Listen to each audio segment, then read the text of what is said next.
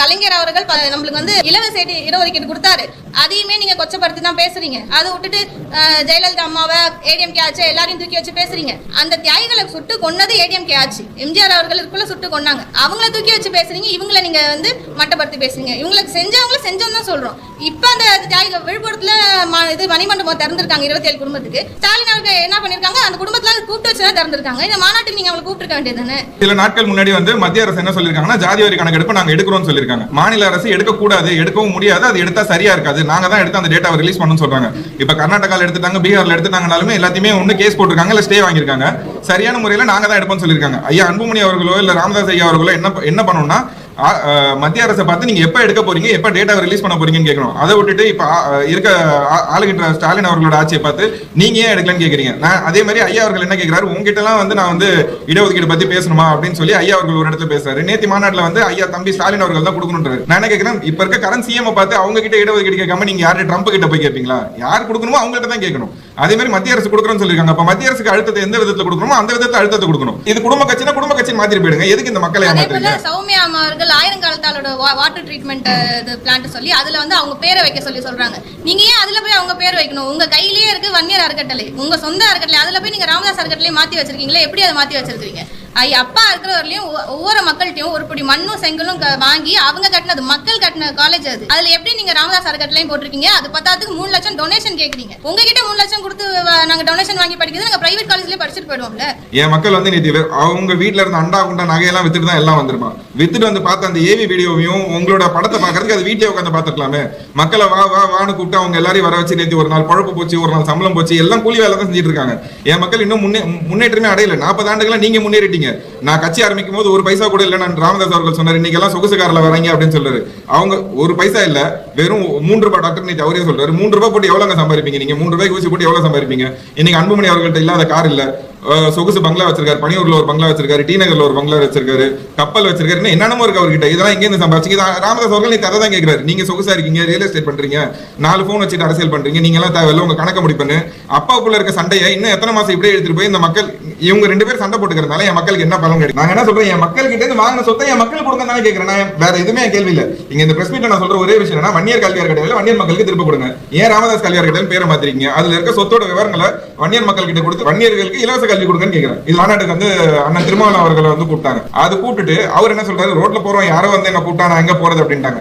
நாங்க ஒரு மீட்டிங் மாதிரி நடத்தி திருமாவளவன் வாங்க நாங்க வந்து, ஏன்னா இந்த சமுதாயமும் வன்னியர் மக்களும் தாழ்த்தப்பட்ட மக்களுக்கும் வந்து ஒரு பிரிவினை அரசியலை உண்டாக்குனது ராமதாஸ் அவர்கள் தான். அது வேணாம் அப்படின்னு சொல்லி நாங்க போய் இப்ப அவரை சந்திச்சு நாங்க ஒரு மாநாடுக்கோ இல்ல மீட்டிங்கோ கூப்பிடுறோம்னா உடனே வந்து இவங்க எல்லாம் காக்கை வன்னியர்கள், இவங்க எல்லாம் வந்து வன்னியர் இன துரோகிகள் அப்படின்னு சொல்லி ராமதாஸ் அவர்கள் ஒரு அறிக்கை கொடுக்குறாரு. இந்த பிரிவினை அரசியலை இன்னும் எத்தனை வருஷத்துக்கு இதே செஞ்சுக்கிட்டு இருப்பாரு? இந்த மாநாட்டுல வந்து மாவீரன் காடுவெட்டியாரை பத்தி ஒரு சில வார்த்தைகள் தான் 2-3 பேர் தான் பேசியிருக்காங்க. அதுல ஐயா ஜி.கே. மணி ஐயா அவர்கள் அப்பாவை பத்தி ரொம்ப உருக்கமா பேசினாரு. அதே போல அப்பா மாவீரன் இருக்கக்குள்ள இந்த வன்னியர் இந்த கட்சி வந்து மாநில கட்சியா இருந்துச்சு, இப்ப இந்த கட்சிக்கு அங்கீகாரமே இல்லை அப்படின்னு சொல்லிட்டு ஒரு பெரிய உண்மையை அவர் வாயாலே அந்த இடத்துல மக்களுக்கு சொல்லி புரிய வச்சிருக்கிறாங்க. அதே அதுக்கப்புறம் தொடர்ந்து அப்பாவை பத்தி ரொம்ப வருத்தப்பட்டு பேசினாரு. அந்த கட்சிக்காக எவ்வளவு பாடுபட்டாங்க, எவ்வளவு தியாகம் பண்ணாங்க எங்க அப்பா அப்படின்னு சொல்லி அதையும் பேசினாரு. இப்ப இருக்க பூத்தா அருண்மணி ஐயா அவர்கள் இருக்காங்கல்ல, இப்போ இருக்க வன்னியர் சங்க தலைவர் அவங்களுமே எங்க அப்பாவை பத்தி கொஞ்ச நேரம் பேசினாங்க. அவர் என்ன தியாகம் செஞ்சாரு, அவரோட கொள்கைகள் என்ன அப்படின்னு சொல்லி மக்களுக்கு எடுத்து எல்லாமே சொன்னாங்க. இவங்க 2 பேருக்குமே என்னோட மனமார நன்றியை நான் தெரிவிச்சுக்கிறேன். இதை வந்து எங்க அப்பாவை பத்தி இன்னும் நல்லா பேச, அவரோட வரலாறு என்ன, அவர் என்ன இந்த மக்களுக்கு செஞ்சாரு அப்படின்றத ஐயா ராமதாஸ் ஐயா அவர்கள் 2 பேருமே சொல்லியிருக்கணும். ஆனா 2 பேருமே அந்த இடத்துல பெருசா அப்பாவை பத்தி பேசல. அந்த கூட்டமே வந்தது எங்க அப்பாக்காக வந்த கூட்டம் தான். இதுக்கும் இப்ப 2013 வந்து இந்த சித்திரை மாநாடு நடந்துச்சு. அப்ப நடந்த மாநாடு இத்தனை ஆண்டு கழிச்சு இப்பதான் நடந்திருக்கு. எதுக்காக நடந்திருக்கு? 2018 எங்க அப்பா இறந்தாங்க. உங்களால நடத்த முடிஞ்சிருந்தா நீங்க அப்பவே மாநாட்டை நடத்திருக்கலாம்ல. நீங்க என்ன பண்ணீங்க, அதை விட்டுட்டு 5 வருஷம் 6 வருஷம் கழிச்சு இப்பதான் நடத்துறீங்க. எதுக்காக? இன்னும் 6 மாசத்துல எலெக்ஷன் வரப்போகுது. எலெக்ஷனுக்காக உங்களோட கூட்டணிக்காக நீங்க அலைன்ஸ் போகிறதுக்காக மக்களோட கூட்டத்தை காமிச்சு நீங்க அதுல சுய லாபம் அனுபவிக்கிறீங்க. இதனால மக்கள், அந்த வன்னியர் சமுதாய மக்கள் அத்தனை பேர் வந்தாங்களா, அவங்களுக்கு என்ன நீங்க நல்லது செஞ்சிருக்கீங்க? இது எங்க அப்பா இருந்திருந்தா இந்த வன்னியர் சமுதாய மக்கள் எப்படி வந்தாங்க, எவ்வளவு தியாகம் செஞ்சாங்க அப்படின்ற வரலாறு மொத்தமா எடுத்து எங்க அப்பா சொல்லியிருப்பாங்க. ஆனா வந்து நீங்க ஏவியா போட்டு காமிச்சிங்க, எல்லாமே படம் போட்டு ஃபுல்லாவே படமா போட்டு தான் காமிச்சிங்க. இந்த இடத்துல நீங்க வந்து எந்த தலைவருக்கு யாருமே நீங்க பேச விடல. ஸோ மிஞ்சி போனா ஒரு 2 நிமிஷம் தான், 2 நிமிஷம் 1 நிமிஷம் தான் பேச விடுறீங்க. அதுக்கு மேல யாரையுமே நீங்க பேசவே விடல. அந்த இடத்துல ரொம்ப அதிகபட்சம் பேசினது சௌமியா அம்மா அவர்கள் பேசினாங்க. அப்புறம் ஐயா ராமதாஸ் இவங்க 2 பேர், அப்பா பையன், இவங்க 3 பேர் தான் பேசினது. மொத்தமா பேசினதே பார்த்தா அவங்க 3 பேர் தான் பேசினாங்க. அதே போல இந்த கூட்டம் வந்து நீங்க யாருக்காக காட்டுனீங்கன்னு எனக்கு தெரியல.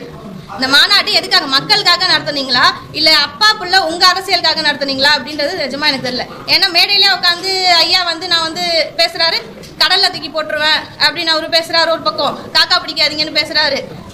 அப்ப இதுக்கு முன்னாடி நான் வந்து அந்த காலத்துலலாம் வந்து நான் கட்சி ஆரம்பிக்கக்குள்ள நான் வந்து காசே இல்லாமல் எதுவுமே இல்லாமல் சைக்கிளில் வந்து நான் சம்பாரிச்சேன். இப்போ எல்லாம் ஆடி கார்டு பென்ஸ் கார் வச்சிருக்கீங்க அப்படின்னு சொல்கிறேன். யாரை குத்தி காட்டி நீங்கள் பேசுறீங்க? நீங்கள் 2 பேரும் அந்த இடத்துல சண்டை போட்டுட்டு தானே பேசுறீங்க. உங்களுக்குள்ளேயே சரியான கருத்து இல்லை, உங்களுக்குள்ளேயே முரண்பாடு இருக்குது. அப்படி இருக்குள்ள நீங்கள் 2 பேரும் சேர்ந்து இந்த மக்களுக்கு எந்த நல்லது நீங்கள் சொல்லி புரிய வச்சிருப்பீங்க? அவங்களுக்கு என்ன நல்லது செஞ்சுருப்பீங்க? நீங்கள் சொல்கிறீங்க இந்த மாதிரி இது 27/10.5க்காக நாங்கள் போராடுறோம் அப்படின்னு சொல்லி இதே தான் நீங்கள் சொல்லிட்டு இருக்கீங்க. ஒரு இடத்துலையும் சென்ட்ரல் கவர்மெண்ட்டை பேசுறீங்க, ஸ்டேட் கவர்மெண்ட்டை பேசுறீங்க, எல்லாரையும் பேசுறீங்க. ஸ்டாலின் ஐயா அவர்கள் சின்னையா சொல்றாரு, ஸ்டாலின் ஐயா அவர்கள் அவர் தான் கொடுக்கணும், அவரால் கொடுக்க முடியல, அவர் ஏன் கொடுக்கல, அவரை கேட்டால் வந்து சென்ட்ரல் கவர்மெண்ட்டை கேளுங்க அப்படின்னு சொல்றாரு. ஆனால் ஐயா என்ன சொல்றாரு, தம்பி ஸ்டாலின் அவர்கள் தான் இதை கொடுத்தாகணும் அப்படின்னு சொல்லி அவர் சொல்றாரு. உங்க 2 பேருக்கிட்டையுமே சரியான பேச்சு, 2 பேரும் மாற்றி பேசுறீங்க. நீங்க வந்து 10.5க்கு இவ்வளோ பேசுறீங்களே, ஒண்ணுமே இல்லை. 27 தியாகிகள் செத்தாங்கல்ல, அவங்க செத்தாங்கல்ல, அவங்களால வந்த கட்சி தான் இது, அவங்களால வந்த கூட்டம் தான் இது, எங்க அப்பாக்காக வந்த கூட்டம் தான் இது. அவங்கள அங்கீகாரப்படுத்தி எந்த இடத்துலையுமே நீங்க பேசல. நீங்க அவ்வளோ நல்லது பண்றவங்களா இருந்தா 27 தியாகிகளோட குடும்பத்தை கூப்பிட்டு நீங்க அங்க முன்னாடி உட்கார வச்சிருந்துருக்கோம். உங்க மருமக உட்காந்துருக்காங்க, உங்க ஃபேமிலி மொத்தமும் முன்னாடி உட்காந்துருக்கு. அந்த தியாகிகளோட குடும்பத்தை நீங்க கூப்பிட்டு முன்னாடி உட்கார வச்சிருக்காங்க, கூப்பிட்டு மரியாதை செலுத்திருக்கலாம்ல. அவங்கள அந்த 27 தியாகிகளை மட்டும்தான் தெரியுமே தவிர அந்த குடும்பத்துல இருக்கவங்க யாருமே பெருசா அந்த உலகத்துல யாருக்குமே தெரியாது. அவங்கள கூப்பிட்டு காமிச்சு இவங்க தான் இந்த தியாகிகளோட குடும்பம் தான் கஷ்டப்படுது, இவங்களுக்காக தான் நம்ம இவ்வளவு தூரம் பேசணும்னு அவங்கள கூப்பிட்டு நீங்க காமிச்சிருக்கணும். நீங்க அதை பண்ணல. ஆனா எங்க அப்பா இருந்தா அதை பண்ணி இருப்பாரு. எங்க அப்பா இருக்கிற வரையும் அவருக்கு அந்த குடும்பத்துக்கு வேணுங்கிறதெல்லாம் அப்பப்ப செஞ்சுட்டு தான் இருந்தாங்க. ஆனா நீங்க என்ன பண்ணீங்க, ஐயா கலைஞர் அவர்கள் கொடுத்த 3 லட்சம் காசையுமே வேற இரட்டிப்பா தரேன் அப்படின்னு சொல்லிட்டு வாங்கிட்டு திரும்ப கொடுக்கல. ஏன் கொடுக்கல? அதுலயும் நீங்க உங்க காசு சம்பாதிக்கணும்னு நினைச்சீங்க. ஐயா கலைஞர் அவர்கள் 10.5 கொடுத்தாரு, நம்மளுக்கு வந்து இது இலவச இடஒதுக்கீடு கொடுத்தாரு. அதையுமே நீங்க கொச்சப்படுத்தி தான் பேசுறீங்க. அதை விட்டுட்டு ஜெயலலிதா அம்மாவை, ஏடிஎம்கே ஆச்சு, எல்லாரையும் தூக்கி வச்சு பேசுறீங்க. அந்த தியாகிகளை சுட்டு கொன்னது ஏடிஎம்கே ஆச்சு, எம்ஜிஆர் அவர்களுக்குள்ள சுட்டு கொன்னாங்க. அவங்கள தூக்கி வச்சு பேசுறீங்க, இவங்களை நீங்க வந்து மட்டப்படுத்தி பேசுறீங்க. இவங்களுக்கு செஞ்சவங்க தான் சொல்றோம். இப்ப அந்த தியாகிகள் விழுப்புரத்துல இது மணிமண்டபம் திறந்திருக்காங்க 27 குடும்பத்துக்கு. ஸ்டாலின் அவர்கள் என்ன பண்ணிருக்காங்க, அந்த குடும்பத்துல கூப்பிட்டு வச்சுதான் திறந்திருக்காங்க. இந்த மாநாட்டுக்கு நீங்க அவங்களை கூப்பிட்டுருக்க வேண்டியது தானே, ஏன் கூப்பிடல நீங்க? நாங்கள் என்ன கேட்குறோம், நேற்று நடந்த மாநாட்டில் ஐயா வந்து ஒரு 13 தீர்மானம் கொடுத்தாரு. 13 தீர்மானம் கட்சியோட நிர்வாகிகள் எல்லாம் படிச்சாங்க. ஆனால் படித்த தீர்மானம் எல்லாம் இந்த 10.5 ஒட்டி ஜாதிவாரி கணக்கெடுப்பு ஒட்டியே தான் நேற்று இருந்த தீர்மானங்கள் அனைத்துமே இருந்தது. ஆனால் அந்த தீர்மானங்களை யாரை பார்த்து கேட்குறாங்க ஐயா அவர்கள்? ஏன்னா சில நாட்கள் முன்னாடி வந்து மத்திய அரசு என்ன சொல்லியிருக்காங்கன்னா, ஜாதிவாரி கணக்கெடுப்பு நாங்கள் எடுக்கிறோம்னு சொல்லியிருக்காங்க. மாநில அரசு எடுக்கக்கூடாது, எடுக்கவும் முடியாது, அது எடுத்தா சரியா இருக்காது, நாங்கள் தான் எடுத்து அந்த டேட்டாவை ரிலீஸ் பண்ணணும்னு சொல்றாங்க. இப்போ கர்நாடகாவில் எடுத்துட்டாங்க, பீகார்ல எடுத்துட்டாங்கனாலுமே எல்லாத்தையுமே ஒன்று கேஸ் போட்டிருக்காங்க, இல்லை ஸ்டே வாங்கியிருக்காங்க. சரியான முறையில் நாங்கள் தான் எடுப்போம்னு சொல்லியிருக்காங்க. ஐயா அன்புமணி அவர்களோ இல்லை ராமதாஸ் ஐயா அவர்களோ என்ன பண்ணணும்னா, மத்திய அரசை பார்த்து நீங்க எப்ப எடுக்க போறீங்க, எப்ப டேட்டாவை ரிலீஸ் பண்ண போறீங்கன்னு கேட்கணும். அதை விட்டுட்டு இப்ப இருக்க ஆளுகின்ற ஸ்டாலின் அவர்களோட ஆட்சியை பார்த்து நீங்க ஏன் எடுக்கலன்னு கேக்குறீங்க. நான் அதே மாதிரி ஐயா அவர்கள் என்ன கேட்கிறாரு, உங்ககிட்ட எல்லாம் வந்து நான் வந்து இடஒதுக்கீடு பத்தி பேசணுமா அப்படின்னு சொல்லி ஐயா அவர்கள் ஒரு இடத்துல பேசுறாரு. நேத்தி மாநாட்டில் வந்து ஐயா தம்பி ஸ்டாலின் அவர்கள் தான் கொடுக்கணுன்றாரு. நான் என்ன கேட்கிறேன், இப்ப இருக்க கரண்ட் சிஎம் பார்த்து அவங்க கிட்ட இடஒதுக்கீடு கேட்காம நீங்க யாரு ட்ரம்ப் கிட்ட போய் கேட்பீங்களா? யார் கொடுக்கணுமோ அவங்ககிட்ட தான் கேட்கணும்.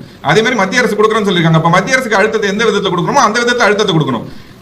ஸ்டேட் கவர்மெண்ட் கூட கொலாபரேட் ஆகி நீங்க போய் சென்ட்ரல் கவர்மெண்ட் கேட்கலாம். அதை விட்டுட்டு இவங்க தான் கொடுக்கணும்னு சொல்லிட்டு நீங்க ஒரு தவறான முறை வந்து என் மக்கள் வந்து திசை திருப்பீங்க.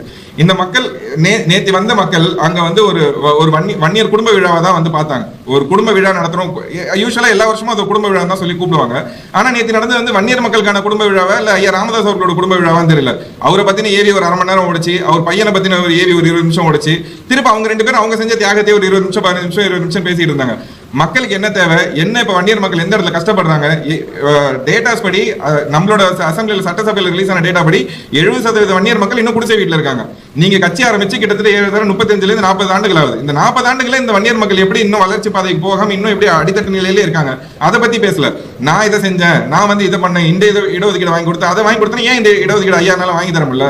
10.5 ஒரு நாடகம் ஆடி நீங்களும் எடப்பாடி அவர்கள் வந்து இதுக்கு முன்னாடி நடந்த எம்பி எலெக்ஷன்ல எடப்பாடி தொகுதியில் 8000 வாக்கு வித்தியாசம், 8000 வாக்கு கம்மியாச்சு அவருக்கு. எங்க அவர் தோத்துற போறாருன்ற ஒரு அச்சத்துல வந்து அவர் இந்த வன்னியர் மக்கள் சூழ்ச்சியில அவரும் ராமதாஸ் அவர்களும் சேர்ந்து 10.5 ஒரு நாடகத்தை நாடி நான் என்ன கேட்கிறேன், அந்த 10.5 வாங்கி கொடுத்தேன்னு சொல்றீங்களா, அது சரியான முறையில வாங்கி கொடுத்தீங்களா? சரியான முறையில வாங்கி கொடுத்திருந்தா இன்னைக்கு எதனால வந்து 10.5க்கு தடை வாங்குறாங்க? தடை வாங்கிருக்க முடியாதுல்ல. அன்னைக்கு 10.5 வாங்கி கொடுத்த எடப்பாடி அவர்கள் இன்னைக்கு 2021 வாங்கினாரு, 25 ஆயிடுச்சு. இன்னைக்கு 5 வருஷம் ஒரு இடத்துல கூட எடப்பாடி அவர்கள் அதை பத்தி வாயை திறந்து பேசுறேன். நான் கொடுத்தது சரியான முறையில் தான் கொடுத்தேன், ஏன் வந்து இப்ப இருக்க கவர்மெண்ட்டோ இல்ல சுப்ரீம் கோர்ட்டோ ஏன் இதுக்கு வந்து ஒழுங்கான சொல்யூஷன் கொடுக்க மாட்டேன்றாங்க அப்படின்னு சொல்லி இன்டர்வியூர் கூட ஆகல, இன்டர்வியூனரா கூட போல இன்னும் அந்த கேஸ் அப்படியே தான் கிடக்கு. எடப்பாடி அவர்கள் அதை பத்தி எந்த கவலையும் இல்ல. இப்ப எலெக்ஷன் வந்துருச்சா, திரும்ப ராமதாஸ் அவர்கள் கூட்டணி வச்சுக்கிட்டு நாங்க 2 பேரும் சேர்ந்து தான் இடஒதுக்கீடு கொடுத்தோம்னு சொல்லி மறுபடியும் இந்த மக்களை ஏமாத்துறாங்க. இதே மாதிரி தொடர்ந்து இந்த மக்களை ஏமாத்துற வேலைகளை மட்டுமே அன்புமணி அவர்கள் எடப்பாடி அவர்கள் இப்படி செஞ்சிட்டு இருக்காங்க. ஏன் இப்ப நடந்த இடைத்தேர்தல் இருக்கு, விக்கிரவாண்டியில் நடந்த இடைத்தேர்தலில் அண்ணாமலை அவர்கள் வந்து வன்னியர் பாட்டாளி மக்கள் கட்சியோட கேண்டிடேட் அனௌன்ஸ் பண்றாரு. இதுல வந்து ஐயா ராமதாஸ் அவர்களுக்கும் அன்புமணி அவர்களுக்கும் ஒரு முரண் வருது. எப்படி அண்ணாமலை எப்படி வந்து அனௌன்ஸ் பண்ண முடியும், அவருக்கு இந்த கட்சிக்கு என்ன சம்பந்தம் அவர் கேட்கிறாரு.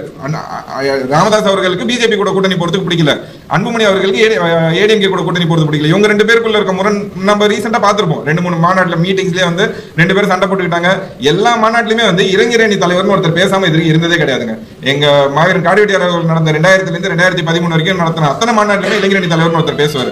அன்புமணி தான் அதை பேசிட்டு இருந்தார். 2004 இருந்து அன்புமணி அவர்கள் தான் பேசினாரு. அந்த இடத்த அவர் விட்டு கொடுக்கல. நேற்று நடந்த மாநாட்டில் எங்க இளைஞரணி தலைவர், எங்க ஒரு கட்சியோட இளைஞரணி தலைவரே இல்லாம மாநாடு நடத்துறீங்க. 2 நாள் முன்னாடி மாநாடுக்கு 2 நாள் முன்னாடி புத்தாண்டு முறை என்ன சொல்றாரு, நான் இல்லாம எப்படி மாநாடு நடத்துவாங்க, எனக்கு சரியான முறையில் வந்து எனக்கு அழைப்பே கொடுக்கல அப்படின்றாரு.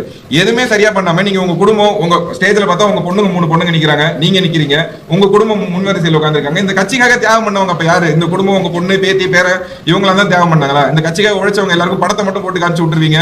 பதவின்னு வந்தா தலைவர் பதவி நீங்க எடுத்துப்பீங்க, எம்பி சீட் வந்தா எம்பி சீட் நீங்க எடுத்துப்பீங்க, உங்க மனைவிக்கு எம்பி சீட் கொடுப்பீங்க. இதே மாதிரி இது குடும்ப கட்சினா குடும்ப கட்சி மாத்திட்டு போயிடுங்க. எதுக்கு இந்த மக்களை ஏமாத்துறீங்க? சௌமியா அம்மா அவர்கள் ஆயிரங்காலத்தாலோட வாட்டர் ட்ரீட்மெண்ட் பிளான்ட் சொல்லி அதுல வந்து அவங்க பேரை வைக்க சொல்றாங்க. நீங்க ஏன் அதுல போய் அவங்க பேர் வைக்கணும்? உங்க கையிலேயே இருக்கு வன்னியர் அறக்கட்டளை, உங்க சொந்த அறக்கட்டளை, அதுல போய் நீங்க ராமதாஸ் அறக்கட்டளை மாத்தி வச்சிருக்கீங்களே, எப்படி அதை மாத்தி வச்சிருக்கீங்க? அப்பா இருக்கிறவர்களையும் ஒவ்வொரு மக்கள்கிட்டையும் ஒரு பிடி மண்ணும் செங்கலும் வாங்கி அவங்க கட்டினது, மக்கள் கட்டின காலேஜ் அது, அதுல எப்படி நீங்க ராமதாஸ் அறக்கட்டளையும் போட்டிருக்கீங்க? அது 10,000க்கு 3 லட்சம் டொனேஷன் கேட்குறீங்க. உங்ககிட்ட 3 லட்சம் கொடுத்து நாங்க டொனேஷன் வாங்கி படிக்கிறது, நாங்க பிரைவேட் காலேஜ்லயே படிச்சுட்டு போயிடுவோம்ல. இந்த நீங்க சொல்றீங்க 10.5க்கு நான் சிஎம் ஆனா சர்வே எடுப்பேன், அதை எடுப்பேன், அவ்வளவு சொல்றீங்க. அதெல்லாம் நீங்க பண்ணவே தேவையில்லை. இந்த விஷயத்துக்கு நீங்க என்ன 5 வருஷம் ஆயிடுச்சு, அவர் இருந்து 6 வருஷம் கிட்ட ஆயிடுச்சு. என்ன பண்ணிட்டீங்க? அறக்கட்டளை பேர் மாத்தி 3 லட்சம் டொனேஷன் வாங்கிட்டு தான் இருக்கிறீங்க. எந்த ஒரு வன்னியரோட மக்கள் யாருக்குமே வந்து இலவச கல்வி அறக்கட்டளை கிடைக்கிறதே இல்லை. ஆனா மேடையா பேசிட்டு இருக்கீங்க, இலவசமா நாங்க கல்வி கொடுக்கணும்னு பேசுறோம், கல்வி கல்வி கல்வி கல்வின்னு தான் நேற்று ஃபுல்லா நீங்க பேசுனீங்க. ஆனா உங்க காலேஜ்ல நீங்க கல்வி அறக்கட்டளை கொடுக்கலாம்ல, நீங்க கல்வி அறக்கட்டளை இருக்குது சொந்தமா, அதுல ஏன் நீங்க அப்படி மாத்துனீங்க? நேற்று ஒரே ஒரு மாநாடு தான் நடத்தினார். அவர் ஒரு மாநாட்டு நடந்ததுக்கே அவர் வந்து நாக்கு தள்ளிடுச்சு போல. அவருக்கு இங்கேருந்து நடக்கிறாரு, சுத்தி ஓடுறாரு. இத்தனை வருஷமா 1 இல்ல 2 இல்ல 12 மாநாடு கிட்டத்தட்ட எங்க அப்பா நடத்தினாரு. இவரை மாதிரி நடத்தல. எங்க அப்பா மாநாடு நடத்தும் மிக பிரம்மாண்டமா போட்டு செட்டு மகனும் மிக பிரம்மாண்டமா போட்டு அத்தனை கோடி மக்களை வர வைப்பாங்க. வர வச்சு அவர் அலைஞ்சார். நீங்க வீட்டுக்குள்ள இருந்துட்டு நீங்க நல்லா காசு சம்பாரிச்சிங்க. இப்ப நீங்க ஓடி நீங்க வந்து பையன் வந்து அப்பா கிட்ட காமிக்கிறாரு கூட்டத்தை, அவ்வளவுதான். இது மக்களுக்கான கூட்டமே கிடையாது. நீங்க வந்து உங்க அப்பா கிட்ட எனக்கு இவ்வளவு கூட்டம் இருக்கு அப்படின்னு சொல்லி நீங்க காமிக்கிறீங்க. அவரு என்ன பண்றாரு? ஒண்ணுமே இல்ல. அவர் வந்து ராமதாஸ் ஐயா என்ன சொல்றாரு, 4-5 போன் வச்சுட்டு நீங்க பேசுறீங்க, காக்கா பிடிக்காதீங்க அப்படி இப்படின்னு பேசுறாரு. யாரை பேசுறாரு? அன்புமணி ஐயாவை தான் பேசுறாரு. நீங்க பண்ற தப்ப அவரே எடுத்து சொல்றாரு. நீங்க வந்து வீட்டிலே இருந்து உட்காந்துக்கிட்டே நீங்க அரசியல் பண்ணா ஒன்றும் பண்ணிட முடியாது, ரோடா அலையணும், ஊரா போகணும் அப்படின்னு அவர் எடுத்து சொல்றாரு. ஆனா சொந்த முகுந்தன் உங்க சொந்த தங்கச்சி பையன் தான், அந்த பையன் வரக்கூடாது அப்படின்னு சொல்லிட்டு அன்புமணி ஐயாவே பேசுறாரு, இவ்வளவு பிரச்சனை பண்றாரு. நீங்க நாட்டுல இருக்க நம்ம வன்னியர் சமுதாய மக்கள் வளரணும் நீங்க எப்படி நினைப்பீங்க? அதுக்கு முதல்ல பதில் சொல்லுங்க. நீங்க நான் கேட்கிறேன், அன்புமணி அவர்கள் வந்து எனக்கு ஒரு வாய்ப்பு கொடுங்க அப்படின்னு சொல்லி நேற்று கேட்டாரு. நாங்க ஒரு வாய்ப்பு தரோம் அன்புமணி அவர்களுக்கு. வன்னியர் கல்வி அறக்கட்டளை 87 போராட்டத்துக்கு அப்புறம் 2000க்கு அப்புறம் ஆரம்பிச்ச வன்னியர் கல்வி அறக்கட்டளை ஒரு வன்னியர் மக்கள், கடைக்கோடி வன்னியர் மக்களும் அதுல வந்து அவங்களோட பங்கீடு இருக்கு. அந்த கல்வி அறக்கட்டளை இன்னைக்கு வந்து ராமதாஸ் அவர்கள் கையில தான் இருக்கு. அதுல கிட்டத்தட்ட 20,000 கோடி சொத்து இருக்கு. ஒரு 300 மாணவர்கள் 400 மாணவர்கள் படிப்பாங்க. அவங்களுக்கு ஏன் இலவச கல்வி கொடுக்க முடியல? ராமதாஸ் அவர்களும் அன்புமணி ராமதாஸ் அவர்கள் இது ஒரு வாய்ப்பா எடுத்துக்கிட்டு அந்த வன்னியர் கல்வி அறக்கட்டளையில் இலவச கல்வின்னு கொடுக்கலாம்ல. மாவீரன் காடுவெட்டியார் அவர்கள் இருந்த வரைக்கும் அது இலவச கல்வி அறக்கட்டளையா தான் இருந்தது. அவர் மறைவுக்கு அப்புறம் அது பேர் மாற்றப்பட்டது, ராமதாஸ் கல்வி அறக்கட்டளை பேர் மாற்றப்பட்டாங்க. நேற்று சௌமியா அவர்கள் வந்து அதை கேட்கறாங்க, ஆயிரங்காணி ஆளவந்தாரோட இடத்துல வாட்டர் ட்ரீட்மெண்ட் பிளான்ட் இருக்கு, அதுக்கு வந்து அரசாங்கம் வந்து ஆயிரங்காணி ஆளவந்தாரோட பேர் வைக்கலாமே. சொந்த கல்வி அறக்கட்டளையில இந்த மக்களோட கல்வி அறக்கட்டளையில பேரை நீங்க திருடி மாத்திக்கிட்டீங்க. இது எப்படி உங்களுக்கு வந்து கூச்சமா இல்லையா? இது மத்தவங்களை பார்த்து கேட்கறதுக்கு நம்ம முதுகுல இருக்க அழுக்க நம்ம ஃபர்ஸ்ட் பார்க்கணும். நான் என்ன சொல்றேன், 10.5 ரிசர்வேஷன் இடஒதுக்கீடு இதை பத்தி மட்டுமே தான் நேற்று பேசினாங்க. இடஒதுக்கீடு கண்டிப்பா தேவை. இடஒதுக்கீடு கொடுக்குறேன், ஐ மீன் ரிசர்வேஷன் ஜாதிவாரி கணக்கெடுப்பு எடுக்கிறேன்னு சொல்லி ஆளுங்கட்சி சொல்லியிருக்கு, மத்திய அரசு சொல்லியிருக்கு. அதுக்கு என்ன அழுத்தம் கொடுக்கணுமோ அதை சொல்லணும். அதையும் விட்டுட்டாங்க. கலைஞர் அவர்கள் வந்து ஏமாத்திட்டாங்க, ஜெயலலிதா அம்மையார் வந்து சரியான முறையில வந்து ரிசர்வேஷன் பண்ணிட்டாங்க அப்படின்னு சொல்றாரு. கலைஞர் அவர்கள் தான் 3 லட்சம் வந்து இழப்பீடு தொகை கொடுத்தாங்க. இன்னைய வரைக்கும் கலைஞர் அவர்கள் தான் பென்ஷன் கொடுக்குறாரு. அந்த 25 தாய்கள் குடும்பத்துக்கு பென்ஷன் கொடுக்கறது கலைஞர் அவர்கள் தான். கலைஞர் அவர்கள் கொடுத்த பென்ஷன் தான் இன்னைய வரைக்கும் இருக்கு. அதை வந்து எங்கேயுமே நீங்க சொல்லவே இல்லையே. இன்னைக்கு செஞ்சாங்கன்னு சொல்றது நாங்க செஞ்சது ஒரு 10.5 எடப்பாடி அவர்கள் கொடுத்தாரு. அது சரியான முறையில் கொடுத்திருந்தா நாங்களும் பயன்பட்டுருப்போம். இன்னைக்கு 5 வருஷம் எவ்வளவு கவர்மெண்ட் எக்ஸாம்ஸ் வந்துருச்சு, டிஎன்பிசி எக்ஸாம் வந்துருச்சு, எல்லாத்தையும் என் மக்கள் உள்ள போயிருப்பாங்க. நீட் தேர்வு வந்துச்சு, எல்லாத்தையும் என்னோட மாணவர்கள் வந்து இன்னைக்கு டாக்டர் ஆயிருப்பாங்க. யாருனாலுமே எதுவுமே உள்ள போக முடியல. ரிசர்வேஷன் அப்படியே தடைப்பட்டு கிடைக்க. இது உங்க 2 பேரோட சூழ்ச்சினால இதை மறைக்கிறதுக்கு நீங்க மத்தவங்க மேல வந்து பழி போட்டுட்டு இருக்கீங்க. அதே மாதிரி இந்த மாநாட்டுக்கு வந்து அண்ணன் திருமாவளவன் அவர்களை வந்து கூப்பிட்டாங்க. அது கூப்பிட்டுட்டு அவர் என்ன சொல்றாரு, ரோட்ல போறோம் யாரோ வந்து என்ன கூப்பிட்டா நான் எங்க போறது அப்படின்ட்டாங்க. நாங்க ஒரு மீட்டிங் மாதிரி நடத்தி திருமாவளவன் வாங்க, நாங்க வந்து ஏன்னா இந்த சமுதாயமும் வன்னியர் மக்களும் தாழ்த்தப்பட்ட மக்களுக்கும் வந்து ஒரு பிரிவினை அரசியலை உண்டாக்குனதே ராமதாஸ் அவர்கள் தான். அது வேணாம் அப்படின்னு சொல்லி நாங்க போய் இப்ப அவரை சந்திச்சு நாங்க ஒரு மாநாட்டுக்கோ இல்ல மீட்டிங்கோ கூப்பிடுறோம்னா உடனே வந்து இவங்க எல்லாம் காக்கை வன்னியர்கள், இவங்க எல்லாம் வந்து வன்னியர் இன துரோகிகள் அப்படின்னு சொல்லி ராமதாஸ் அவர்கள் ஒரு அறிக்கை கொடுக்குறாரு. இந்த பிரிவினை அரசியலை இன்னும் ராமதாஸ் அவர்கள் இன்னும் எத்தனை வருஷத்துக்கு இதே செஞ்சுக்கிட்டு இருப்பாரு? ஏன் இந்த மக்கள் என்ன ஏமாத்துறாரு? அவர் வச்சிருக்க கல்வி அறக்கட்டளையில எதுக்காக ஒரு வெள்ள அறிக்கை கொடுத்து கவர்மெண்ட்டுக்கே வந்து பட்ஜெட் கொடுக்குறாரு, நிழல் பட்ஜெட் அனௌன்ஸ் பண்றாரு ராமதாஸ் அவர்கள். இதே மாதிரி ஒரு வெள்ள அறிக்கை கொடுத்து இதுல இத்தனை மாணவர்களுக்கு வந்து நாங்க இலவசமா கல்வி கொடுக்குறோம்னு சொல்லலாம். நீங்க வந்து உங்க குடும்பத்துக்கு மட்டுமே இருக்க பதவியை கொடுக்குறீங்க, இருக்க அதிகாரத்தை கொடுக்குறீங்க, இருக்க சீட்டு எம்பி சீட்ல இருந்து எம்எல்ஏ சீட் எல்லாமே உங்க குடும்பத்துக்கு மட்டும் கொடுக்குறீங்க. இந்த 25 தியாகிகள் இருக்க குடும்பத்துல யாருக்கா ஒருத்தருக்கு ஏதாவது ஒரு சீட்டை கொடுக்கலாம். அதெல்லாம் விட்டுட்டு வெறும் உங்க குடும்ப அரசியலாவே பண்றதுக்கு என் மக்களை ஏன் இன்னும் ஏமாத்துறீங்க? மாநாடுன்னு ஒண்ணு நடத்தி ஒரு ரியாலிட்டி ஷோ நடத்துற மாதிரி ஒரு மாநாடு நேற்று நடத்தீங்க. என் மக்கள் வந்து நேற்று அவங்க வீட்டுல இருந்து அண்டா குண்டா நகையெல்லாம் வித்துட்டு தான் எல்லாம் வந்திருப்பான். வித்துட்டு வந்து பார்த்த அந்த ஏவி வீடியோவையும் உங்களோட படத்தை பார்க்கறதுக்கு அது வீட்லயே உட்காந்து பார்த்துக்கலாமே. மக்களை வான்னு கூப்பிட்டு அவங்க எல்லாரையும் வர வச்சு நேற்று ஒரு நாள் பழப்பு போச்சு, ஒரு நாள் சம்பளம் போச்சு, எல்லாம் கூலி வேலை தான் செஞ்சுட்டு இருக்காங்க. என் மக்கள் இன்னும் முன்னேற்றமே அடையல. 40 ஆண்டுகளா நீங்க முன்னேறிட்டீங்க. நான் கட்சி ஆரம்பிக்கும் போது ஒரு பைசா கூட இல்லை. நான் ராமதாஸ் அவர்கள் சொன்னார் இன்னைக்கு எல்லாம் சொகுசு கார்ல வராங்க அப்படின்னு சொல்றாரு. அவங்க ஒரு பைசா இல்ல, வெறும் 3 ரூபாய். டாக்டர் நேற்று அவரே சொல்றாரு 3 ரூபாய் போட்டு எவ்வளவு சம்பாதிப்பீங்க? நீங்க 3 ரூபாய்க்கு ஊசி போட்டு எவ்வளவு சம்பாதிப்பீங்க? இன்னைக்கு அன்புமணி அவர்கள்ட்ட இல்லாத கார் இல்ல, சொகுசு பங்களா வச்சிருக்காரு, பனியூர்ல ஒரு பங்களா வச்சிருக்காரு, டி நகர்ல ஒரு பங்களா வச்சிருக்காரு, கப்பல் வச்சிருக்காரு, என்னென்னமோ இருக்கு அவர்கிட்ட. இதெல்லாம் எங்க இருந்து சம்பாதிச்சு? ராமதாஸ் அவர்கள் நேற்று அதை தான் கேட்கிறாரு. நீங்க சொகுசா இருக்கீங்க, ரியல் எஸ்டேட் பண்றீங்க, 4 போன் வச்சுட்டு அரசியல் பண்றீங்க, நீங்க எல்லாம் தேவையில்ல, உங்க கணக்க முடிப்பேன்னு அப்பாவுக்குள்ள இருக்க சண்டையை இன்னும் எத்தனை மாசம் இப்படியே எடுத்துட்டு போய் இந்த மக்கள் இவங்க 2 பேரும் சண்டை போட்டுக்கிறதுனால என் மக்களுக்கு என்ன பலன் கிடைக்க போகுது? இந்த மாநாடுனால என் மக்களுக்கு என்ன ஒரு முன்னேற்றம் கிடைச்சது? இல்ல என்ன சமுதாய ரீதியா இல்ல அரசியல் ரீதியில என்ன அங்கீகாரம் கிடைச்சது?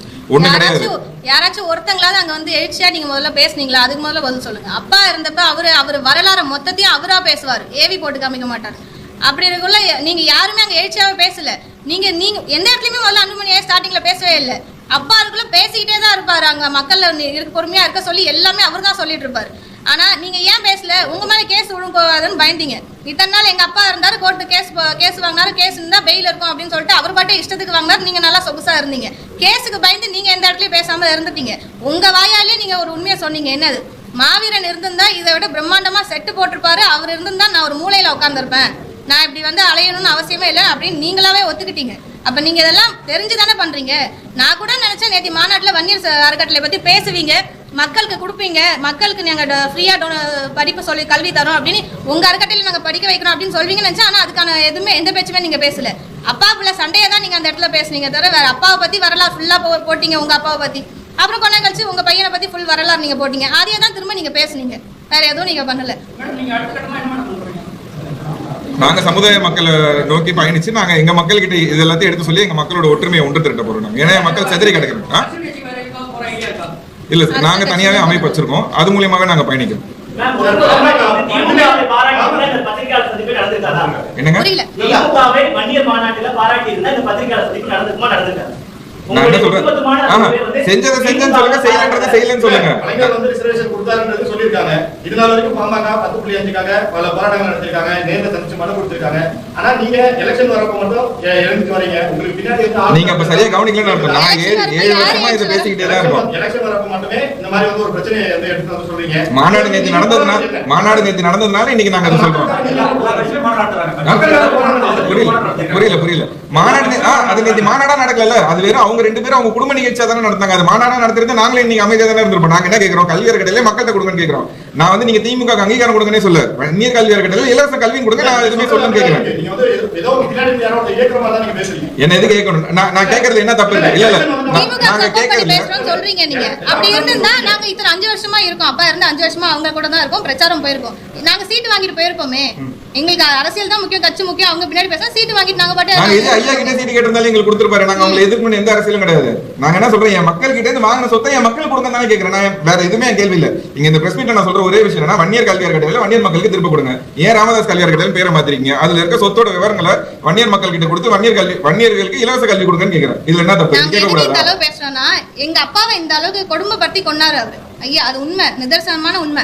அதுக்காக தான் இந்த அளவுக்கு நாங்க பேசுறோம். அவரையுமே கொண்டுட்டீங்க. ஆனா அந்த மக்களை நீங்க அவர் இருக்கவங்களே இந்த மக்கள் பாதுகாப்பா இருந்தாங்க. இப்ப வன்னியர் மக்கள் யாருக்குமே பாதுகாப்பே இல்ல.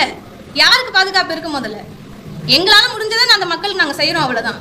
நேத்து அதே மாநாட்டில் அவர் படத்தை போட்டு காமிச்சுதான் அவங்க மாநாடே நடத்துறாங்க. அவர் படம் போடாமலே அவரை பத்தி சொல்லாமலே அவங்களால மாநாடு நடத்த முடியல. மாவீரன் காடுவெட்டியார் அவர்களுக்காக வந்த கூட்டம் தான் அது. நான் என்ன சொல்றேன், இவங்க கூட்டணின்ற ஒரு விஷயத்தை தான் பேசுறாங்க. 2016 தனியா நிக்க தெரிஞ்ச அன்புமணி அவர்கள் மாற்ற முன்னேற்றம் பேசுற அன்புமணி எங்க போயிட்டாரு? ஏன் தனியா நிக்க முடியல? அன்னைக்கு 30 லட்சம் வாக்கு வச்சிருந்தாங்க. இன்னைக்கு என்ன ஆச்சு அவங்களோட வாக்கு சதவீதம்? 2019 என்ன சமரசமத்துக்கான கூட்டணி போனாங்க. 2019 கூட்டணி போனாங்க ஏடிஎம்கே கூட. அன்னைக்கும் மோடி அவர்களோட ஆட்சி தான் இருந்தது. அன்னைக்கே அவங்க இடஒதுக்கீடு பத்தி பேசல. ஏன் இடஒதுக்கீடு வாங்கி தரல? அன்னைக்கு ஆளுங்கட்சி கிட்ட வாங்கிருக்கலாம். இன்னைக்கு இதே அண்ணாமலை அவர்கள் தான் என்ன சொல்றாரு, ஜாதிவாரி கணக்கெடுப்பு எடுத்து அவர் நடப்பேன் பாப்பா தர்மபுரியில சொல்றாரு, ஜாதிவாரி கணக்கெடுப்பு எடுத்தா தமிழ்நாட்டுல கலவரம் வரும், ஜாதி கலவரம் வரும். இன்னைக்கு அவங்களோட தலைமை தானே சொல்லுது ஜாதிவாரி கணக்கெடுப்பு நாங்க எடுக்கிறோன்னு. அப்ப அண்ணாமலைக்கு என்ன வன்மம் இந்த வன்னியர் மக்கள் மேல? நான் என்ன சொல்றேன், எல்லா சமுதாய மக்களுக்கும் மத்த கட்சி தலைவர் எல்லாருக்குமே வன்னியர் மக்கள் மேல வன்மம் இருக்கு. ஏன் அந்த வன்மம் இருக்குன்னு தான் நான் கேட்கிறேன். அண்ணாமலை அவர்கள் அந்த பேச்சு எதுக்கு பேசணும்? ஜாதிவாரி கணக்கெடுப்பு எடுத்தா கலவரம் வரும்னா நாங்க வந்து எந்த மக்களுக்கு எந்த விதத்தை துரோகம் செஞ்சிருக்கோம்? நான் அதை தான் கேட்கிறேன். அண்ணாமலை அவர்கள் அந்த வார்த்தையை சொல்லிட்டு அவர் வந்து எப்படி விக்கிரவாண்டியில இடைத்தேர்தல் அவர் எப்படி வந்து கேண்டிடேட் அனௌன்ஸ் பண்றாரு? இந்த இடத்துல என்ன பிரச்சனை ஆகுதுன்னா, அன்புமணி அவர்களுக்கு வந்து பிஜேபி கூட கூட்டணி போகணும். அவர் செஞ்சிருக்க ஊழலை மறைக்கிறதுக்காகவும் அவர் மேல வழக்கு சிபிஐ வழக்கு இருக்குன்றதுக்காக அவர் பிஜேபி அவர்கள்கிட்ட அண்ணாமலை அவர்கள் ஜால்ரா தட்டிட்டு அவர் இருக்காரு. அதுக்கு ராமதாஸ் ஐயா அவர்கள் வந்து ஏடிஎம்கே கூட கூட்டணி போலாமா டிஎம்கே கூட கூட்டணி போலாமான்னு அவர் ஒரு அரசியல் பண்ணிட்டு இருக்காங்க. இவங்க ரெண்டு பேருக்குள்ள இருக்க சண்டையை தான் நேற்று மாநாட்டிலையும் செஞ்சாங்க. அதுக்கு தான் நாங்க வந்து இந்த பிரஸ் மீட்டே சொல்றோம், இலவச கல்வியை கொடுங்க, இலவச கல்வியை கொடுக்குறோம். நீங்க வந்து எனக்கு வாய்ப்பு கொடுங்க, இலவச கல்வி தரோம்னு சொல்றீங்க. அதை நீங்க வந்து வச்சிருக்க கல்வியார் கட்டளை இலவச கல்வி கொடுங்க, தனிச்சு போட்டிடுங்க. நீங்க யார் கூட வேணாலும் கூட்டணி போங்க, யார் கூட வேணாலும் கூட்டணி போறதுக்கு உரிமை இருக்குங்க. ஆனா நீங்க வந்து உங்களோட ஊழலை மறைக்கிறதுக்காகவும் உங்க மேல இருக்க சிபிஐ வழக்கு வந்துருன்றதுக்காக நீங்க வந்து ஒரு கூட்டணி போய் இந்த மக்களை ஏன் பலிகடை வாக்குறீங்க? இப்ப நீங்க மாநாடு இதே மாநாடு போன வருஷம் போட்டுருக்கலாம், போன வருஷம் ஏன் போடல? எல்லா சித்ரா பௌர்ணமிக்கும் மாநாடு நடந்தது 2013 வரைக்கும். அதுக்கப்புறம் வழக்கு வந்தது, மாநாடு நடக்கல. 18 இறந்தாங்க, அதுக்கப்புறம் வழக்கு முடிஞ்சிருச்சு, வாங்கிருக்கலாம். ஏன் மாநாடு பர்மிஷன் வாங்கல? இந்த வருஷம் ஏன் வாங்குறீங்க நீங்க? நான் கேட்கிற கேள்வி, நீங்க வந்து சந்தர்ப்பாவது அரசியல் ஏன் பண்றீங்க? சூழ்நிலைக்கு ஏற்ற மாதிரி அரசியல் பண்ணி நீங்க அரசியல் பண்ணுங்க, நீங்க என்ன வேணாலும் பண்ணுங்க. ஏன் மக்களை ஏன் பலிகடை வாக்குறீங்க? ஏன் மக்களை ஏன் இன்னும் ஏமாத்துறீங்க? நேற்று வந்தவங்களுக்கு என்ன முன்னேற்றம் கிடைச்சிதாங்க? நீங்க இது வரைக்கும் வரலாறு வாய் வழியா வந்து மாவீரன் காடுவெட்டியார் அவர்கள் சொல்லிட்டு இருந்தார், வரலாறு எடுத்து வச்சாரு, மக்கள் எந்த விதத்துல பாதிப்படைகிறாங்க, என்ன பிரச்சனை நடக்குது, எப்படி வந்து அடுத்த கட்ட அரசியல் என்னன்னு பேசுவாங்க. நேற்று அதை எங்க பேசுனீங்க நீங்க? அது எதுவுமே பேசவே இல்லையே. அப்பா பையனுக்கு எச்சரிக்கை கொடுத்துட்டு இருந்தாரு, பையன் வந்து அப்பா கிட்ட நான் அதெல்லாம் செய்ய மாட்டேன்ற மாதிரி அவர் அங்க சொல்லிட்டு இருந்தாரு. இதுதான் நடந்தது நேற்று மாநாட்டுல. அதுக்கான ஒரு பிரஸ் மீட் தான் இதுவே தவிர நாங்க வந்து இவங்களுக்கு ஆதரவு கொடுக்க அவங்களுக்கு ஆதரவு கொடுக்கன்னு கேட்கல. எங்களுக்கு இலவச அந்த வன்னியர் கல்வியார் கட்டளை இலவசமா கொடுங்க, ஜாதிவாரி கணக்கெடுப்பு எடுக்கிறேன்னு மத்திய அரசு சொல்லியிருக்காங்க. அவங்களுக்கு கொடுக்க வேண்டிய அழுத்தத்தை கொடுங்க, நாங்க எங்களால முடிஞ்ச அழுத்தத்தை கொடுக்குறோம். ஜாதிவாரி கணக்கெடுப்பு எடுக்கணும், எங்களுக்கு வந்து சென்செக்ஸ் எடுக்கணும், எங்களுக்கு வகுப்பாத விகிதாச்சாரியப்படி இடஒதுக்கீடு கொடுக்கணும், எல்லா சமுதாயத்துக்கும் கொடுங்க. எங்களுக்கு மட்டும் கொடுங்கன்னு கேட்கல, அனைத்து சமுதாய மக்களுக்கும் அவங்களோட கணக்கெடுப்பு படி எல்லா சமுதாயத்துக்கும் இடஒதுக்கீடு கொடுங்க. இதை செஞ்சா போதும். இது எந்த அரசாங்கம் செய்தோ அந்த அரசாங்கத்துக்கு நாங்க வந்து சப்போர்ட் பண்ணுவோம். மருத்துவ சிகிச்சையில கொடுங்க சொல்லியிருக்கேன். அப்பா வந்து என்ன சொன்னாங்க, ஆரம்பத்துல அவங்களுக்கு லங் டிசீஸ் வந்திருந்தப்ப, இல்ல கேளு நான் சொல்றேன், லங் டிசீஸ் இருந்திருந்தப்ப என்ன ஆச்சு, ஐயாவே வீட்டுக்கு வந்து சொல்றாரு, இதுக்கப்புறம் எதுவும் பண்ண முடியாது அப்படின்னு. நீங்க விட்டுருங்க ஐயா, நாங்க வந்து மலர் ஹாஸ்பிட்டல் குளோபல் எங்கேயா நாங்க கூட்டு போறோம் அப்படின்னு சொன்னோம். அதுக்கும் விடல. கேட்டா அவங்க வந்து நான் அப்போலோல தான் வச்சிருப்பேன் அப்படின்னு சொல்லி 48 நாள் செடேஷன் கொடுத்துட்டே இருந்தாரு. ஒருத்தங்களுக்கு மயக்க மருந்து கொடுத்துட்டே இருந்தா எப்படி அவங்க உயிர் நீப்பாங்க? நீங்க மயக்கத்திலே இருக்கீங்க. 48 நாள் தொடர்ந்து ட்ரக்ல இருந்தீங்கன்னா உங்களுக்கு என்ன நினைப்பு இருக்கும்? உங்களுக்கு எதுவுமே பண்ண முடியாது. 48 நாள் வென்டிலேஷன்ல கண்டினியூஸ் 24/7 செடேஷன்ல போயிட்டு இருந்தனால தான் ஒரு உயிரிழப்பே வந்தது. நாங்களே சொல்லிட்டோம். நீங்க அதை மீறி எங்களை கேட்காம வென்டிலேட்டர்ல எப்படி அவங்க போடலாம்? எங்களை கேட்காம ஒரு முடிவு நீங்க எடுத்தீங்க. நாங்க சொல்லியுமே அங்க அத்தனை பேர் நாங்க ஹாஸ்பிட்டல்ல இருந்துமே எதையுமே எங்களை கேட்காம நீங்க உங்க இஷ்டத்துக்கு எல்லாத்தையுமே பண்ணீங்க. பண்ணிட்டு நீங்க மேடையில நீங்க எங்கள்கிட்ட கூட மேடையில சொல்றீங்க மாறி எனக்கு பாஸ்போர்ட் இல்ல அப்படின்னு சொல்லி. நாங்க கேட்ட சிங்கப்பூர் கூட்டு போறோம்னா அதுவும் முடியாது அப்படின்னு. நாங்க பாஸ்போர்ட் நிறைய இடத்துல காமிச்சிருக்கோம். அப்பா டெல்லிக்கு போன பாஸ்போர்ட் எப்பயோ இருக்கு, பழைய பாஸ்போர்ட். மலேசியா போன பாஸ்போர்ட் இருக்குது. அவர்கிட்ட பாஸ்போர்ட்டே இல்லன்னு சொல்லி நீங்க மேடையில சொல்றீங்க. நீங்க அப்ப இது யாரை ஏமாத்த செய்றீங்க? சாதிவாரிய கணக்கெடுப்பு அதோட முக்கியத்துவம் அதை பத்தி சொல்றீங்க. கொங்குநாடு தேசிய கட்சி தலைவர் ஈஸ்வரன் அவர்கள் போன்றவர்கள் இடையில ஒரு கூட்டம் வச்சிருக்காங்க. அது வந்து என்னன்னா, குடும்ப கட்டுப்பாடு முறையாக பின்பற்ற சமூகங்களுக்கு இந்த மாதிரி சாதிவாரிய கணக்கெடுப்புனால பாதிப்பு ஏற்படும் மக்களுக்கு அப்படின்னு சொல்லிட்டு அதை எதிர்க்கிறவங்க இருக்காங்க. அதை பத்தி உங்களுடைய கருத்து இல்ல? ஜாதிவாரி கணக்கெடுப்பு நாங்க வந்து எல்லாருக்குமே எல்லாரோட பங்கீடு கொடுங்கன்னு தானே சொல்றோம். குடும்ப கட்டுப்பாடு அந்த டைம்ல வந்து ப்ராப்பரா வந்து நல்லபடியா கொண்டு போனவங்க அந்த சமூகம் பாதிக்கும். எப்படி பாதிக்கும்? அவங்க கம்மியா இருந்தாங்கன்னா அவங்களுக்கான ரெப்ரசன்டேஷன் கிடைக்கும்ல. ரெப்ரசன்டேஷன் என்ன சொல்றேன், 10 பேர் தான் இருக்கீங்கன்னா 10 பேருக்கான ரெப்ரசன்டேஷன் கிடைக்கல. உங்களுக்கு ரிசர்வேஷனே இல்லைன்னா அந்த ரெப்ரசன்டேஷனே இல்லாம போயிடுங்க. நீங்க வந்து சொல்றீங்க மைனாரிட்டிஸ் இருக்காங்க, ரொம்ப கம்மியான மக்கள் இருக்காங்க அப்படின்னா அவங்களுக்கு எந்த இடத்துல நீங்க வந்து கணக்கீடு எடுத்து அவங்க இவ்வளவு பேர் இருக்காங்க அவங்களுக்கான தனித்துவமான ரெப்ரசன்டேஷன் கொடுக்கணும்னு சொன்னாதான் உங்களுக்கு கிடைக்கும். நீங்க ரெப்ரசன்டேட்டிவே இல்ல, உங்களுக்கு ரெப்ரசன்டேஷன் இல்லைன்னா உங்களுக்கு என்ன கிடைக்கும்? உங்களுக்கு எந்த ஒரு சலுகையும் கிடைக்காதுல்ல. எங்கேயுமே உங்களுக்கு எப்படி சொல்றது, காலேஜோ அட்மிஷன்ஸ்லயோ ஸ்கூல்ஸ்லயோ காலேஜ்லயோ ப்ரொமோஷன்லயோ எதுலயுமே எந்த வாய்ப்புமே இருக்காதுல்ல. அதுக்காக தான் நாங்க எல்லாத்தையுமே கேட்கிறோம். மன்றாடி கேட்கறது என்னன்னா அனைத்து ஜாதிக்கான கணக்கெடுப்புமே எடுங்க, எல்லா ஜாதிக்கும் அந்த அவங்களோட கணக்கெடுப்பு பத்தி கணக்கெடுப்பு படி அவங்களோட இடஒதுக்கீடு கொடுங்கன்னு கேட்கணும். அவர் 7 வருஷமா நான்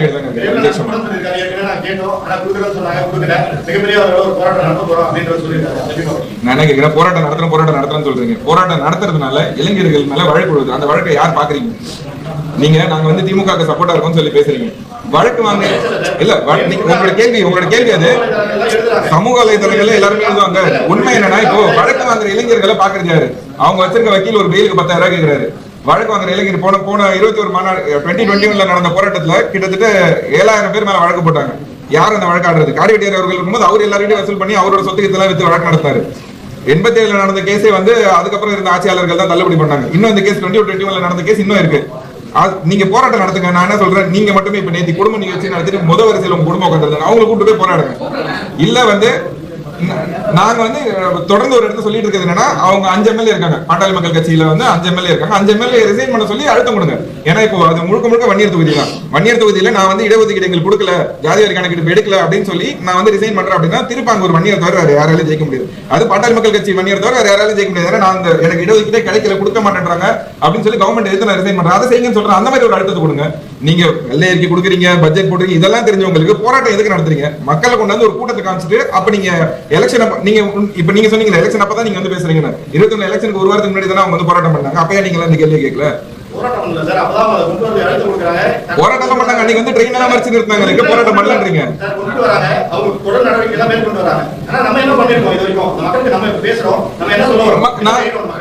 நாங்க இதற்கு 4 முறை சிஎம் பார்த்து இதே கேஷ் பேஸ் ரிப்போர்ட் எடுக்குன்னு சொல்லி கொடுத்துருக்கோம். எங்களால முடிஞ்ச அழுத்தங்க நாங்க என்ன கொடுக்கணுமோ கொடுத்துருக்கோம். கலெக்டர் ஆஃபீஸ் எல்லாம் போய் எல்லா ஒரு கலெக்டர் ஆஃபீஸ்ல நாங்க போய் ரிப்போர்ட்ஸ் கொடுத்துருக்கோம். எங்களுக்கு வந்து கேஷ் பேஸ் எடுங்க, ரிப்போர்ட்ஸ் கலெக்ட் பண்ணிருக்கோம். டேட்டா எந்தெந்த இடத்துல வந்து எவ்வளவு வேகன்சிஸ் காலியா இருக்கு, எவ்வளவு ஃபில் ஆகுது, எத்தனை வந்து அதுல எம்பிசிடில வந்து வன்னியர் மக்களுக்கு எவ்வளவு ஃபில் ஆகுதுன்னு அந்த டேட்டாஸ் கலெக்ட் பண்ணி நாங்க கொடுத்துருக்கோம். எங்களால நாங்க வந்து ஒரு பெரிய இன்ஃப்ராஸ்ட்ரக்சர் வந்து ராமதாஸ் அவர்கள் வச்சிருக்காரு. இந்த வன்னியர் மக்களுக்கு நான் தான் அடையாளம் சொல்றாரு. அதனாலதான் அவங்களை பார்த்து இந்த கேள்வி கேட்கிறோம். இதே வன்னியர் மக்கள் வந்து திமுக இருக்காங்க, அதிமுக இருக்காங்க, பிஜேபி இருக்காங்க. அவங்க பார்த்து நாங்க கேட்க முடியாது. அவங்க வேற கொள்கையில இருக்காங்க. அவங்க கட்சியோட கொள்கை அடிப்படையில் அவங்க போயிட்டாங்க. வன்னியர் மக்கள்னால மட்டுமே உருவாக்கப்பட்ட கட்சி வன்னியர் கட்சி. நேற்று மஞ்சள் கலர் டீஷர்ட் போட்டு வந்த ராமதாஸ் அவர்கள், அன்புமணி அவர்கள் தானே. வன்னியர் மக்களால மட்டுமே, அவங்களோட தியாகத்தினால மட்டுமே உருவாக்கப்பட்ட கட்சி தான் பாட்டாளி மக்கள் கட்சி. வன்னியர் சங்கத்தோட அடிப்படை தான் பாட்டாளி மக்கள் கட்சிக்கான அடிப்படை. அப்படி இருக்கும்போது அவங்கள தான் இந்த கேள்வி கேட்க முடியும். இருக்க கடைக்கோடி வன்னியர் அத்தனை பேருமே எந்த கேள்வி வேணாலும் வன்னியர் சங்கத்தை பத்தி கேட்கலாம், பாட்டாளி மக்கள் கட்சி பத்தி பாட்டாளி மக்கள் கட்சியே கேட்கலாம். ஏன்னா அது வந்து தனிநபரோட கட்சி கிடையாது, தனிநபரோட சங்கம் கிடையாது. நாங்களா சேர்ந்து உருவாக்கின சங்கம் தான் அது. எங்க எல்லாரோட ரத்த வேர்வையில் உருவான கட்சி தான் அது. அதனாலதான் இந்த ஆதங்கத்துல நாங்க அவங்களை கேட்கிறோமே தவிர மத்த யாரையும் பார்த்து எங்களுக்கு கேட்கணுன்ற அவசியம் இல்லை.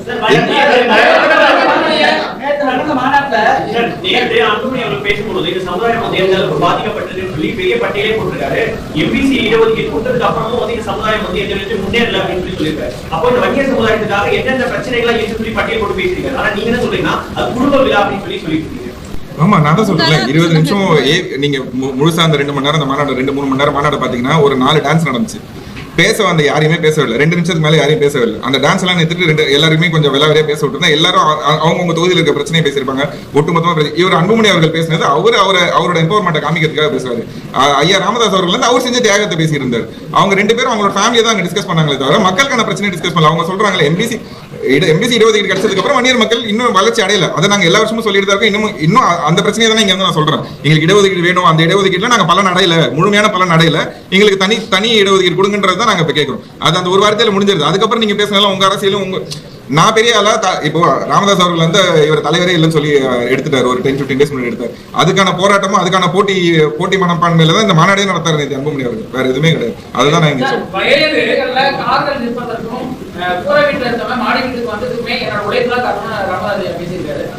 அதான் ஐயா நான் சொல்றேன்.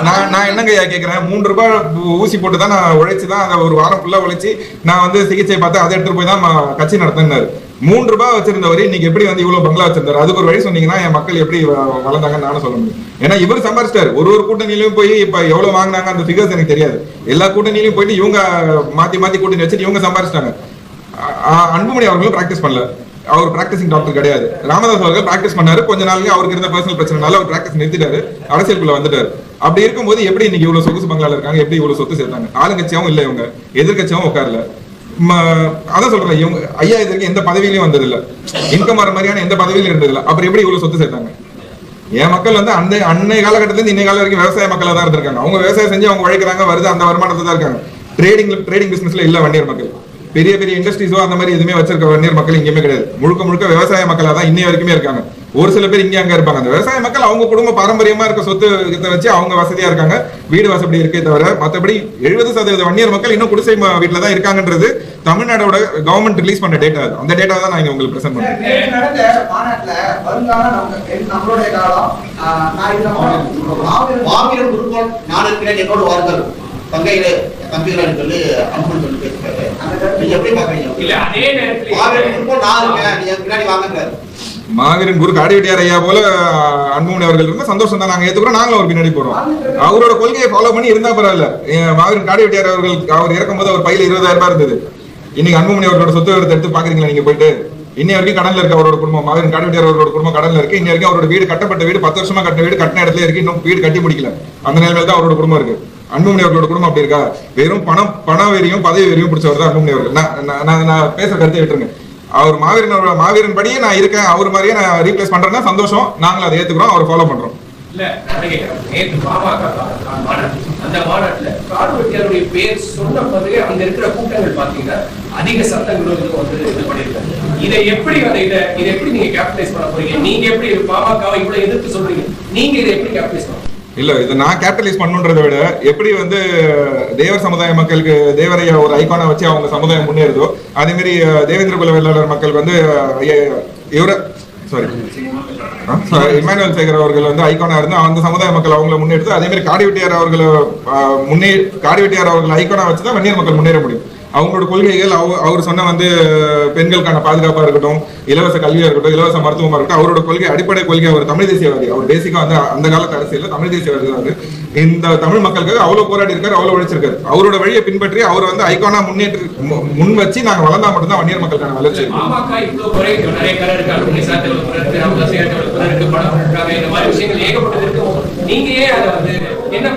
அதான் சொல்றேன், மாவீரன் அவர்கள் அடையாளமா வச்சுதான் நாங்க எங்களோட பயணத்தை வச்சிருக்கோம். 7 வருஷமா எங்களோட பயணம் வெறும் மாவீரன் அவர்கள் அடையாளமா வச்சு அவரை முன்னிறுத்தி தான் நாங்க பயணிச்சிட்டு இருக்கோம். அதேதான் இருக்க அனைத்து வன்னியர் மக்களுக்கும் நான் சொல்றது என்னன்னா, வன்னியர் சங்கம் கூத்தாடல் மொழி ஐயா வச்சிருக்க வன்னியர் சங்கத்துக்கும் நான் சொல்றது என்னன்னா, மாவீரன் ஐயா அவர்களோட கொள்கைகளை பின்படுங்க. அவங்களை முன்னேற்ற அவரோட அடையாளத்தை நீங்க ஓங்கி பிடிச்சீங்கன்னா வன்னியர் மக்களுக்கான வளர்ச்சி கிடைக்கும். அதுதான் நான் சொல்ல வரேன். இதை வந்து நான் ஒரு வேண்டுதலாக வைக்கிறேன். நன்றி.